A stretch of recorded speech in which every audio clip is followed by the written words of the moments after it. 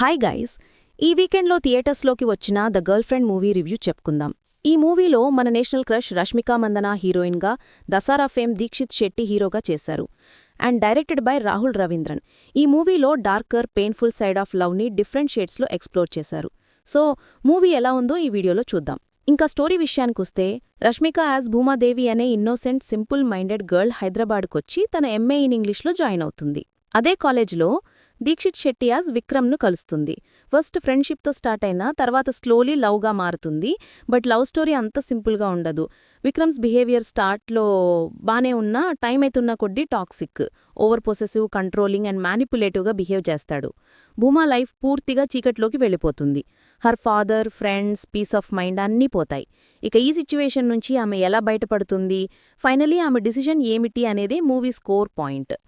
ఇక పర్ఫార్మెన్స్ విషయానికొస్తే, Rashmika Mandanna literally owned this film. Innocent world నుంచి ఎమోషనల్ బ్రేక్ డౌన్ వరకు తను చూపిన వేరియేషన్స్ గూస్ బంప్స్ తెప్పిస్తాయి. Her eyes speak more than her words. One of her career best performances అనే చెప్పొచ్చు. మరోవైపు దీక్షిత్ శెట్టి కూడా విక్రమ్ రోల్లో నెక్స్ట్ లెవెల్ ఇంటెన్సిటీ చూపించాడు. టాక్సిక్ బాయ్ఫ్రెండ్ రోల్తో ఆడియన్స్కి అసహ్యం కలిగేంత రియలిస్టిక్గా చేశాడు. అంటే యాక్టింగ్ పర్ఫెక్ట్గా హిట్ అయింది. రావు రమేష్ గారు చిన్న రోల్లో కనిపించినా ఎమోషనల్ ఇంపాక్ట్ ఇచ్చారు. అలాగే రోహిణి మరియు అను ఎమాన్యుయల్ పాత్రలు కూడా డీసెంట్గా ఉన్నాయి. డైరెక్టర్ రాహుల్ రవీంద్రన్ స్టోరీ టెల్లింగ్లో సిన్సియర్ అటెంప్ట్ చేశాడనే చెప్పాలి.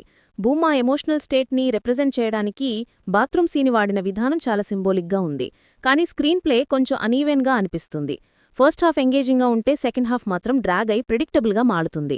కొన్ని సీక్వెన్సెస్ రిపీట్ అవ్వడంతో టెంపో స్లో అవుతుంది అనే ఫీల్ వచ్చింది. మ్యూజిక్ డైరెక్టర్ హెషామ్ అబ్దుల్ వహాబ్ ఇచ్చిన సాంగ్స్ ప్లెజెంట్గా అనిపించాయి. కానీ ప్రశాంత్ రార్ విహారీ గారి బ్యాక్గ్రౌండ్ స్కోర్ మాత్రం ఎమోషన్ క్యారీ చేయడంలో బెటర్గా వర్క్ చేసింది.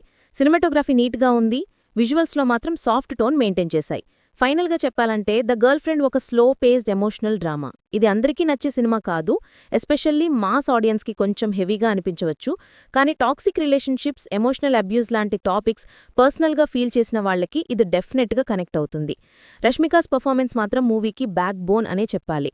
దీక్షిత్ ఇంటెన్సిటీ స్టోరీకి బ్యాలెన్స్ ఇచ్చింది. కానీ అనీవెన్ నరేషన్ మరియు డ్రాగ్ వల్ల ఓవరాల్ ఇంపాక్ట్ కొంచెం తగ్గిపోయింది. So if you love intense emotional dramas and Rashmika's acting, the girl friend once time watch చేయొచ్చు. కానీ ఎంటర్టైన్మెంట్ ఎక్స్పెక్టేషన్స్తో వెళ్తే డిసప్పాయింట్మెంట్ ఉండవచ్చు. ఇలాంటి హానెస్ట్ రివ్యూస్ కావాలంటే వెంటనే ఈ వీడియోకు లైక్ చేయండి. మీకు ఈ రివ్యూస్ ఎలా అనిపించిందో కమెంట్లో మీ ఒపీనియన్ షేర్ చేయండి. అలాగే మా డిఎస్వి ఎంటర్టైన్మెంట్స్ ఛానల్కి సబ్స్క్రైబ్ చేయండి. మళ్ళీ నెక్స్ట్ వీడియోలో కలుద్దాం. Until then bye.